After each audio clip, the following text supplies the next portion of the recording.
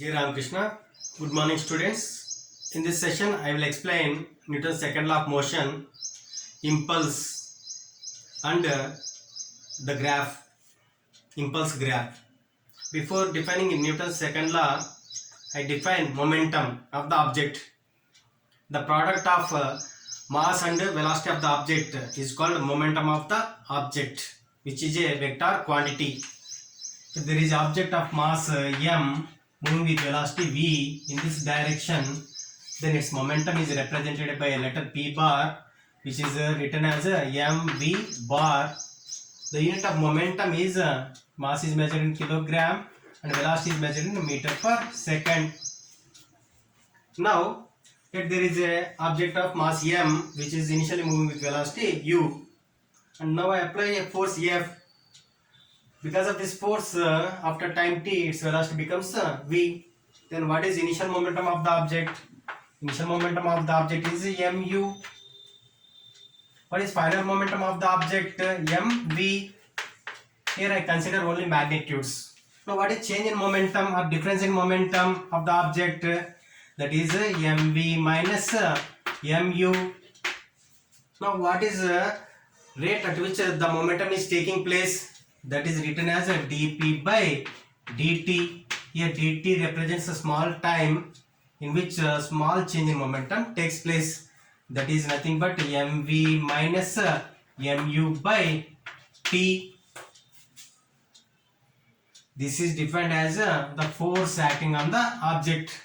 So what is force? According to Newton's second law, the rate of change in momentum is defined as force. Then what is the unit of force? SI unit of force is Newton, and another unit of force is momentum is measured in kg meter per second. For time is a second, so kg meter per second square or Newton. These are the units of force. Now, suppose that no force is applied. In this situation, what happens? mv minus mu by t is equal to 0 if net external force is equal to 0. From this, I can write mv minus mu is equal to 0. From this, I can write mv is equal to mu. That implies v is equal to u. When no external force is applied, it means that its velocity remains constant or it moves with uniform velocity, which is the statement of first law of motion. So from Newton's second law, which defines force, we can reach Newton's first law. Now here, change in momentum is defined as impulse. Here, this is called impulse. So you should be careful what is impulse and what is force. Here I take this equation. From this equation on cross multiplication, I get mv minus mu is equal to f into t. This change in momentum is nothing but force times time. This is defined as impulse. This is also impulse. So change in momentum is impulse. Rate of change in momentum is force applied. Then what is the unit of impulse? Unit of impulse is Newton second, or this is kg meter per second. Impulse as well as momentum has same units.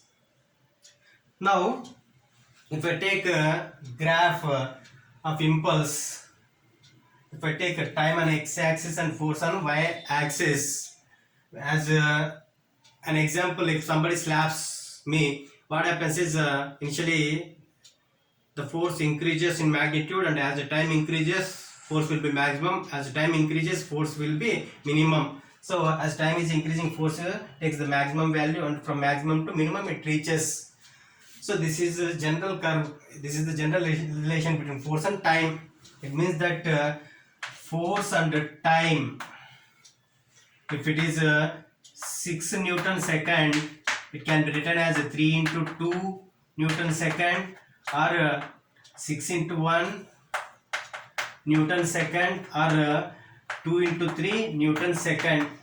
It means that force is 3 and time is 2 seconds. Impulse is same. Here force is 6 Newton, time is 1 second. Impulse is same.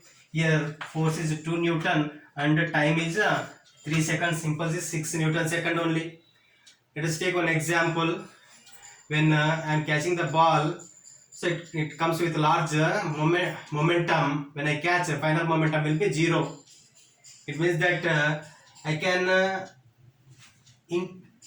increase the time of impulse such that the force is reduced. So change in momentum of the ball is nothing but force applied by my hand times time taken to stop the ball. If I increase the time of catching, then effect of force of the ball on my fingers will be less, so that my fingers are safe. The same happens in boxing. We use gloves. When we hit the other person, the sponge absorbs the force. It means that it increases the time of impulse such that effect of force is reduced. When in boxing ring they fall on the ring, inside the down the rings there will be shock absorbers or springs. The purpose of these shock absorbers is to increase the time of impulse. Even in vehicles we have shock absorbers. The purpose of shock absorbers is they reduce force and increase the time such that our body's bones are safe. In many areas we have the applications of impulse.